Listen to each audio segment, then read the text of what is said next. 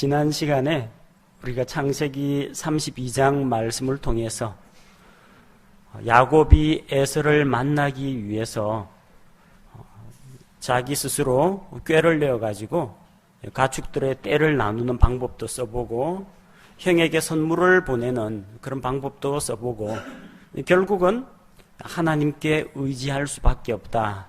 그걸 발견하고 이제 하나님께 매어 달리는 그런 모습을 살펴보았습니다. 밤새 하나님의 천사와 힘을 겨루고 당신이 내게 축복하지 아니하시면 내가 보낼 수 없습니다. 그렇게 끝까지 매어 달렸는데 결국 하나님께서 그의 요청을 들어주셨고 또한 그에게 야곱이라는 이름 대신에 이스라엘이라는 새로운 이름을 주신 것을 살펴보았습니다. 오늘 창세기 33장에서는 야곱과 에서가 만나서 극적인 상봉과 함께 또 그동안에 마음속에 품고 있던 마음속에 이런 앙금들을 다 풀어놓는 것을 살펴볼 수가 있습니다. 야곱은 하나님만을 전심으로 의지하기로 했습니다. 의지할 수밖에 없습니다. 지금 이 넓적다리가 위골이 되어가지고 다리를 절뚝입니다. 도망갈래야 도망을 갈 수 없는 상황입니다. 그래서 정면으로 맞부딪힐 수밖에 없습니다. 자, 에서는 400명의 남자들을 데리고 야곱을 만나러 오고 있습니다. 야곱은 에서가 거느리고 있는 그 무리를 보고 압박감을 느꼈습니다. 그래서 아이들을 아내들에게 나누어 맡깁니다. 분명히 하나님을 전심으로 의지하기로 했는데 그의 마음속에는 또 여전히 불안한 마음이 있었다는 것을 볼 수가 있습니다. 그래서 이 아이들이라고 해서 10손가락, 지금은 11손가락이겠네요. 베냐민 아직 태어나기 전이고, 이 아이들 11명의 아이를 거느리고 있는데, 10손가락 깨물어서 안 아픈 손가락이 없다고 하긴 합니다만, 그 중에서도 특별히 이뻐하는 아이들이 있고요. 아내가 넷이나 되지만, 그 중에 특별히 자기가 사랑과 열정을 쏟아부은 아내가 있습니다. 여기에 보니까 이제 우선순위가 나옵니다. 에서를 만나러 가는데 누구를 맨 앞장 세웁니까? 여종들과 빌하와 실바 그리고 그들의 아이들을 맨 앞에 내세웁니다.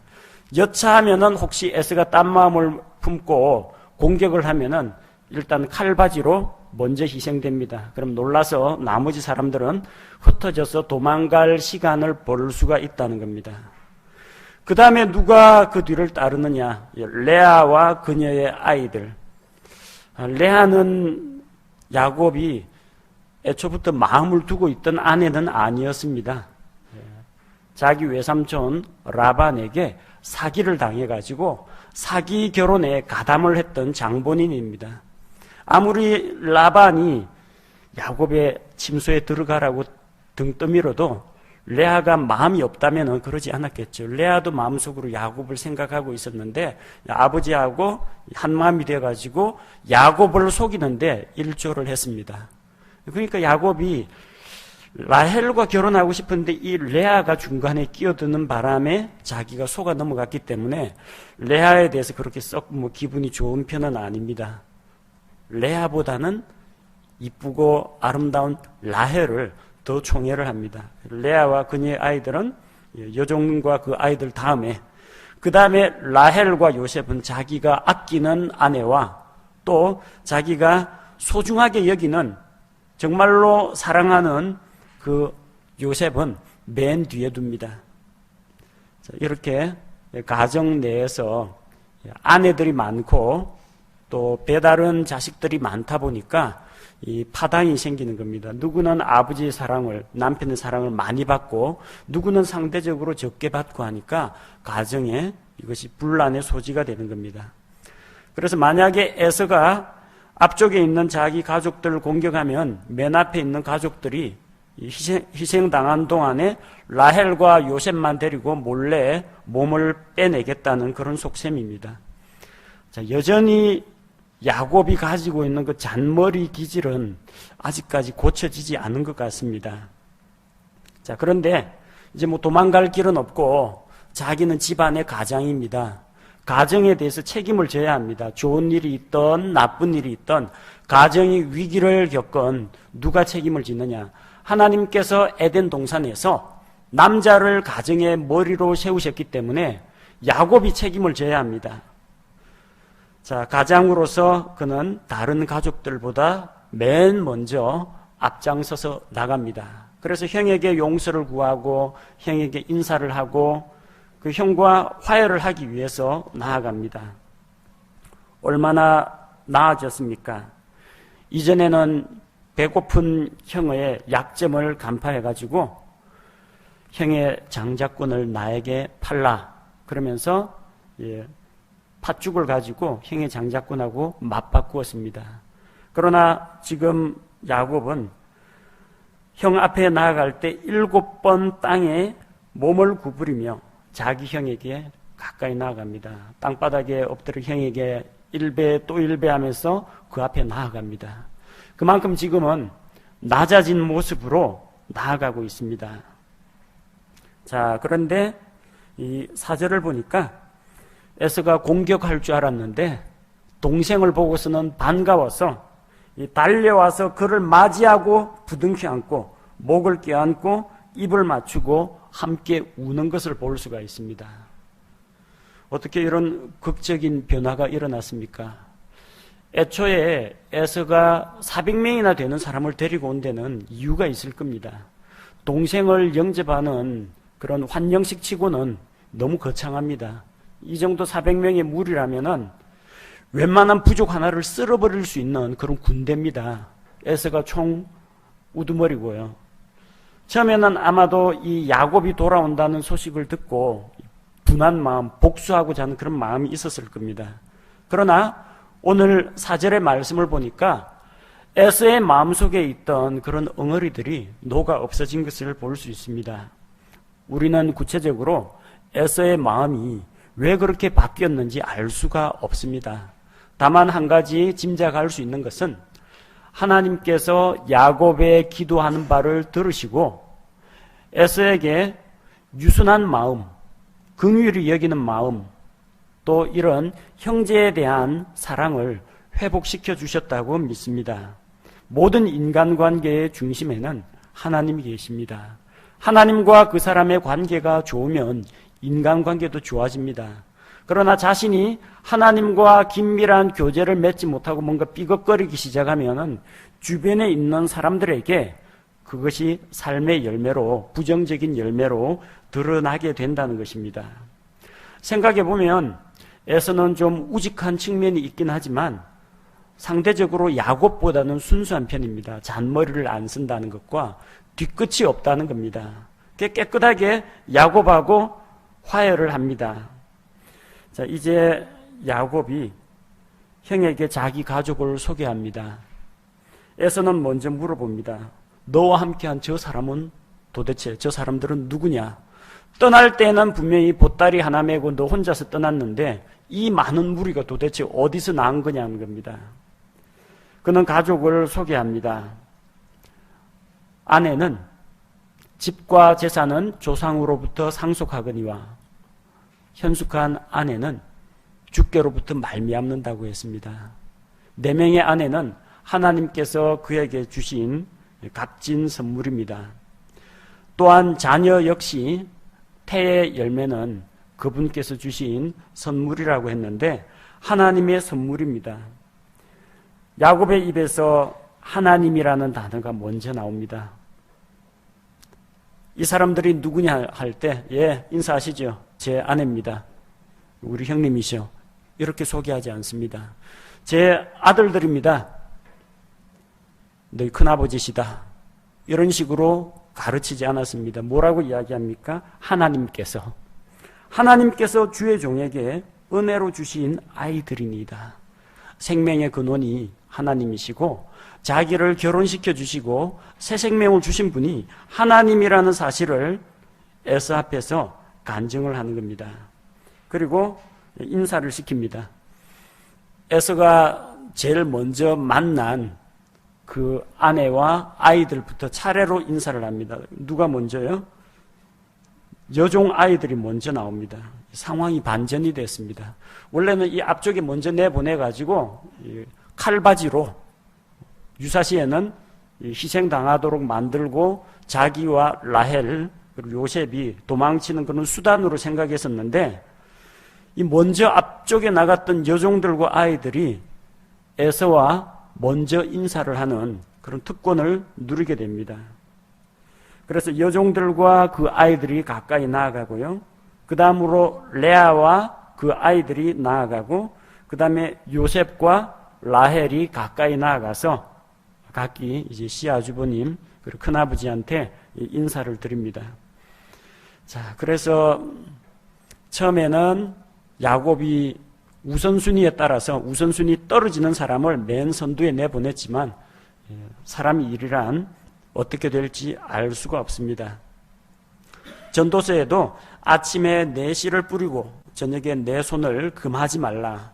이것이 잘 될지 저것이 잘 될지 혹은 그것들 둘 다 똑같이 좋을지 내가 알지 못하느니라 했고 너희 가운데 나중된 자 가운데 먼저 되는 자도 있고 먼저 된 자 가운데 나중될 자도 있다고 했습니다.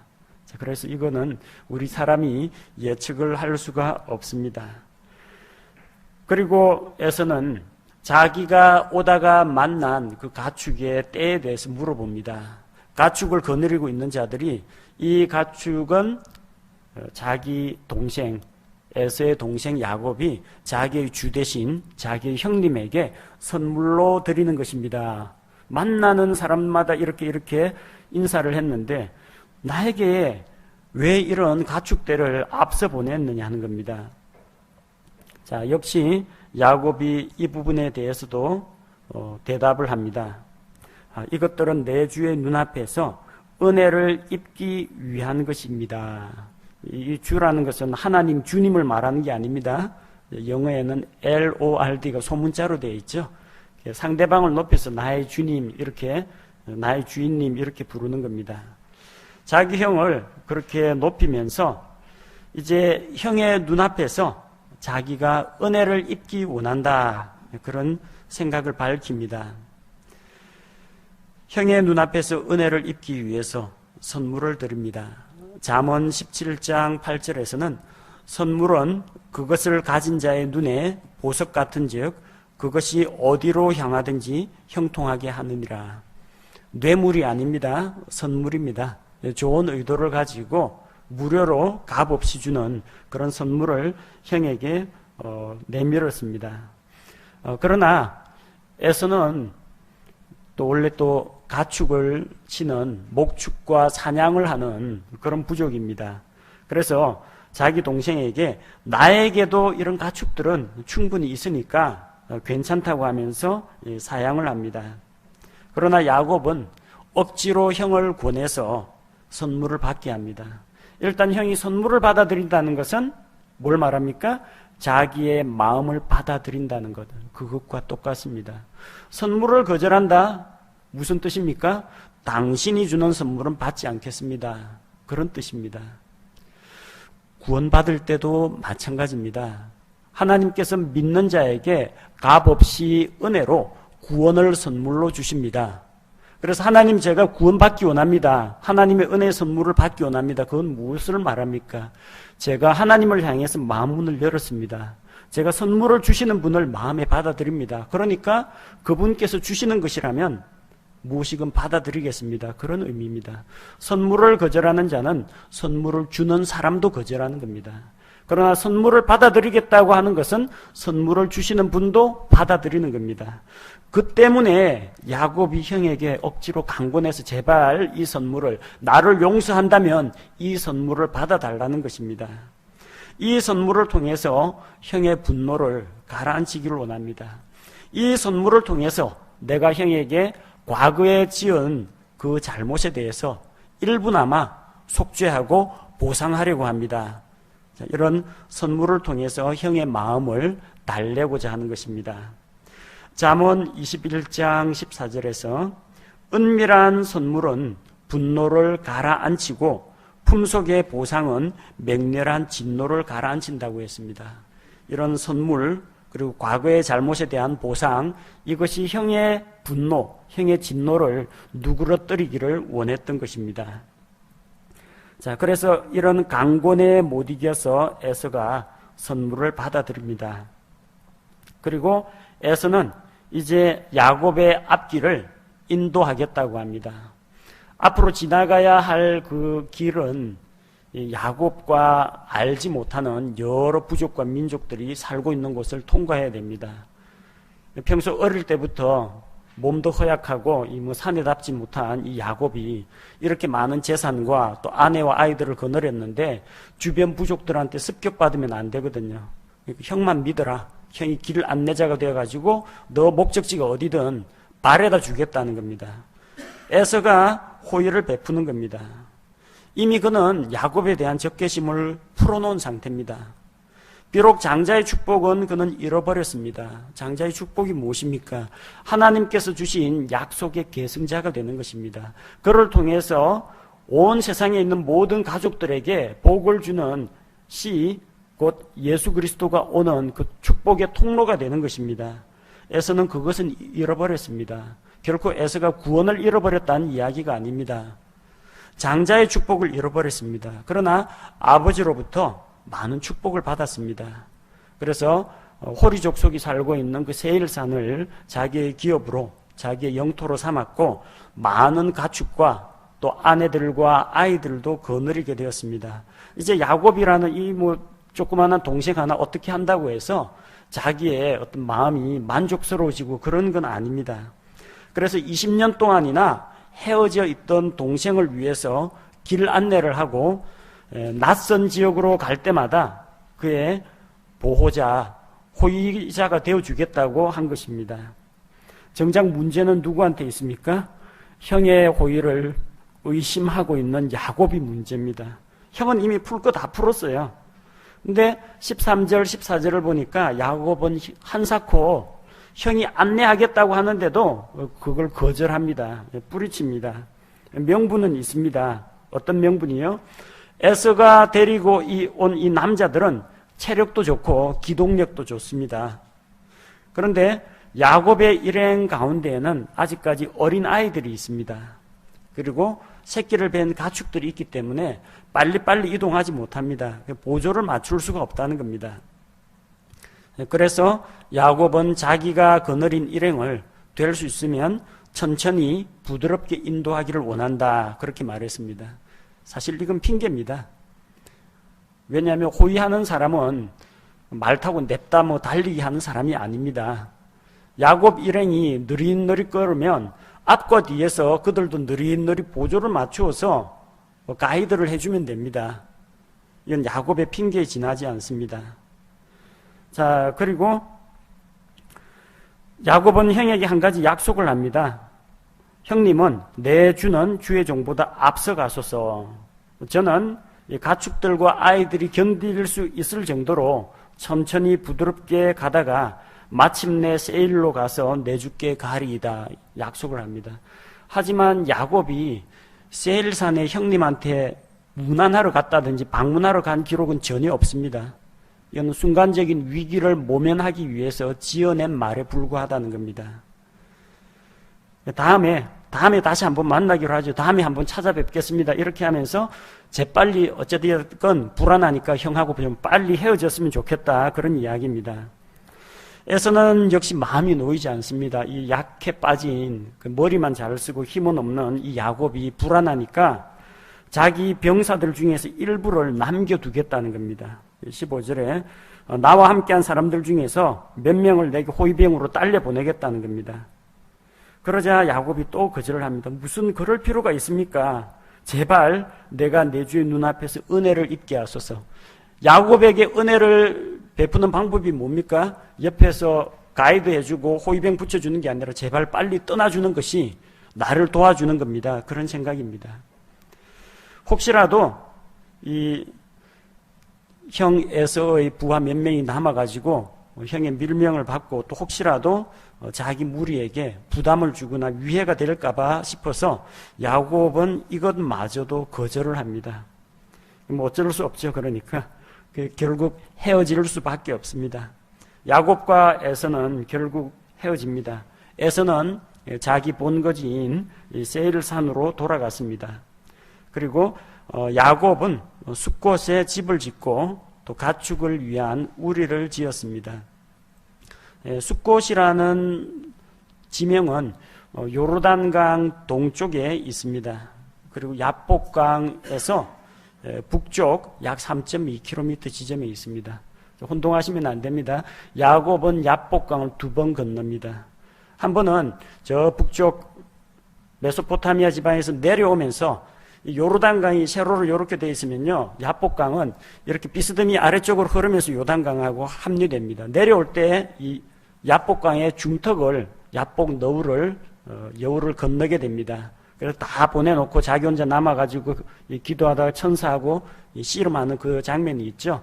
일단 건넜어요. 근데 내려와가지고 동쪽으로 지나려고 하는데 이 비스듬히 흐르는 야복을 한 번 더 건너야 됩니다. 그 야복강이 요르단과 만나는 지점 그 부근을 한 번 더 건너면 거기에 푸른 풀밭이 있습니다. 요르단강 주변에 있는 푸른 초원지대가 있습니다. 그곳의 이름이 이제 숫곳입니다. 왜 숫곳이라고 불렀느냐면 거기에 가축들을 위한 우리를 만들었기 때문에 숫곳이란 말이 작은 양 우리를 이야기합니다. 한동안 그는 가나안 땅으로 들어가지 않았습니다. 본문 말씀해 보니까 자기를 위해 집을 짓고 가축을 위한 우리를 지었다고 했습니다. 뭘 말하느냐 하면 유목민족은 장막을 치지 텐트를 치지 집을 짓지 않습니다. 집을 지었다는 것은 일정 기간 장기 거주했다는 이야기입니다. 그리고 양떼들이 머물 수 있는 우리를 만들었다는 것은 그곳에 정착 생활을 했다는 이야기입니다. 자, 곧바로 가나안에 들어가지 않고 일정 기간 머물다가 그 다음에 요르단강을 건너서 동쪽에서 서쪽으로 요르단강을 건너서 세겜의 도시 살렘에 이르릅니다. 그리고 그 도시 앞에 장막을 칩니다. 여기는 장막이라고 되어 있죠. 원래 유목민은 장막을 치지 집을 짓지 않습니다. 자, 그리고 그곳에 땅 일부를 돈을 주고 삽니다. 자기가 장막 친 곳 주변에 있는 땅을 하몰의 자손들의 손에서 돈 100개, 당시에는 이제 은이 화폐였기 때문에 은 100개를 달아주고 사들입니다. 그는 거기에 제단을 세웠습니다. 야곱이 실제 돌아가야 할 여정하고 좀 맞지가 않죠. 원래 그는 베델에서 하나님께 서원을 하고 출발했습니다. 주께서 나의 가는 길에 나를 보호하시고 먹을 것과 입을 것을 주시고 내 길을 형통하게 하시고 내가 무사히 이 땅으로 돌아오게 하시면 주께서 나의 하나님이 되실 것이요. 그런 고백을 했는데 베델로 가지 않고 이방인의 도시 지금 세겜으로 와 있습니다. 거기에서 제단을 세웠습니다. 그리고 그 제단의 이름을 뭐라고 불렀습니까? 엘로헤 이스라엘이라고 불렀습니다. 번역을 하면 하나님은 이스라엘의 하나님이시다, 그런 뜻입니다. 이스라엘 민족을 말하는 거 아닙니다. 아직 야곱의 아이들은 어려요. 민족을 이룰 만한 그런 수준은 아닙니다. 이 이스라엘은 그냥 야곱입니다. 지금까지 그는 하나님을 어떻게 불렀습니까? 내 조상 아브라함의 하나님, 나의 조부 아브라함의 하나님, 내 아버지 이삭이 믿고 섬기던 그 하나님, 우리 아버지의 하나님, 우리 할아버지의 하나님, 그렇게 불렀습니다. 내 하나님은 아닙니다. 혹시 믿지 않는, 하지만 교회 다니는 분들 중에도 그런 식으로 이야기하는 분들이 종종 있습니다. 내 아내가 믿는 그 하나님께 내가 기도합니다. 자기 하나님은 부르지 못하고 그런 식으로 하나님을 부르는 사람들이 있어요. 그동안 야곱이 그런 식으로 불렀습니다. 근데 지금은 뭐라고 부릅니까? 하나님은 이스라엘의 하나님이시다. 하나님은 이스라엘이 누구예요? 야곱 자기 자신이에요. 민족 이름이 아니고. 하나님은 야곱의 하나님이십니다. 하나님, 이제는 할아버지 아브라함의 하나님, 아버지 이삭의 하나님이 아니라 하나님이야말로 진짜 내 하나님이십니다. 많은 사람들이 예수 그리스도를 그냥 좋은 사람이라고 생각해요. 4대 성인 중에 한 명이라고 생각합니다. 위대한 지도자라고 혹은 훌륭한 예언자였다, 그렇게 생각합니다. 하지만 어떤 분은 예수 그리스도께서 온 인류의 죄를 대신해서 십자가에서 죽었다, 그것까지 아는 분도 있습니다. 그러나 그렇게 아는 것이 그 사람을 구원하지 못합니다. 예수님 온 세상 사람들의 죄를 대신해서 죽었다며, 이것은 그를 구원하지 못합니다. 이것은 구원 얻는 믿음이 아닙니다. 예수님께서 십자가에 달려 돌아가신 것은 온 세상 사람들의 죄를 위한 것이 분명합니다만, 바로 내가 죄인인데 주님 내 죄를 대신해서 죽으셨습니다. 그래서 나의 죄 문제를 해결해 주신 나의 구세주가 되십니다. 요게 구원 얻는 믿음이라는 겁니다. 하나님과 예수 그리스도와 개인적인 관계를 맺어야 합니다. 야곱은 이런 고백을 합니다. 이제는 더 이상 조상들의 하나님이 아니고 나의 주, 나의 하나님, 그렇게 부를 수가 있다는 것입니다. 창조주 하나님, 엘로힘 하나님을 야곱은 자기 개인의 하나님으로 받아들였습니다. 이것이 야곱에게 있어서 가장 큰 변화라고 할 수 있습니다. 라반에게서 무사히 탈출한 것보다도, 많은 재산을 얻어 돌아오게 된 것보다도, 에서의 손에서 목숨을 부지한 것보다도 더 획기적이고 큰 변화, 큰 축복은 그가 하나님을 개인적으로 만났다는 데 있습니다. 오늘 말씀을 간단히 정리해 보도록 하겠습니다. 많은 경우 인간관계 문제는 대부분 하나님과의 관계 문제에서 비롯되는 경우가 많습니다. 왜 형을 속이고 아버지를 속이고 엄마하고 작당을 했습니까? 하나님께서 신실하시고 때가 되면 이루신다는 사실을 못 믿어서 그렇습니다. 하나님이 못 믿어오니까 자기 잔꾀를 이용하고 자기의 수완을 의지하고 거짓말을 해서라도 자기가 원하는 것을 받아내려고 하는 것입니다. 하나님에 대한 신뢰가 없으니까 결국 사람들과 좌충우돌하면서 그런 험난한 인생을 겪고 온 것입니다.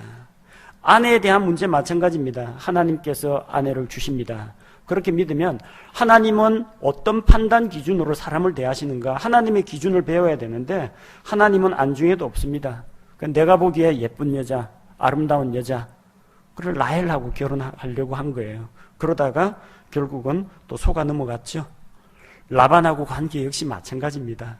하나님하고 관계가 잘 돼 있으면요, 라반이 야곱 잡으려고 추격해와도 하나님께서 결국 꿈속에 라반에게 나타나서 두 사람 관계를 화목하게 해주십니다. 에서와의 관계 마찬가지입니다. 야곱이 하나님 앞에서 낮아지고 깨어지고 겸손하게 굴복하고 그랬을 때 에서의 마음속에는 이미 야곱에 대한 적개심이 사라진 상태입니다. 잠언 16장 7절에서 사람의 길들이 주를 기쁘게 하면 그분께서 그의 원수들까지도 그와 화목하게 하신다고 했습니다. 사람하고 하나가 되고 그 사람하고 화목하게 되려면 먼저 하나님과의 관계를 회복하는 것이 필요합니다. 두 번째는 하나님을 개인적으로 만나고 받아들여야 합니다. 하나님은 저 우주 너머에 있는 옛날에 한때 이 세상을 창조하셨던 그런 분, 그리고 인간 세상에서 손 놓고 있는 분, 그런 분으로 생각하면 안 됩니다. 그 하나님, 우리 아버지가 믿던 그 하나님, 그게 아니고요, 야곱처럼 그 하나님을 자기의 하나님, 엘엘로헤 이스라엘, 하나님은 이스라엘의 하나님이시다, 하나님은 나 야곱의 하나님이시다, 그런 고백을 해야 합니다.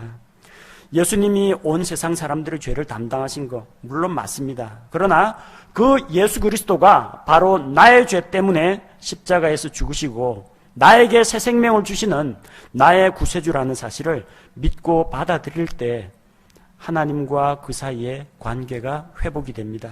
이것이 우리 사람에게 주어진 가장 큰 축복입니다. 하나님을 만나고 하나님께 발견되고 하나님께 기억되는 인생, 그것이 우리의 축복입니다. 제가 기도하겠습니다.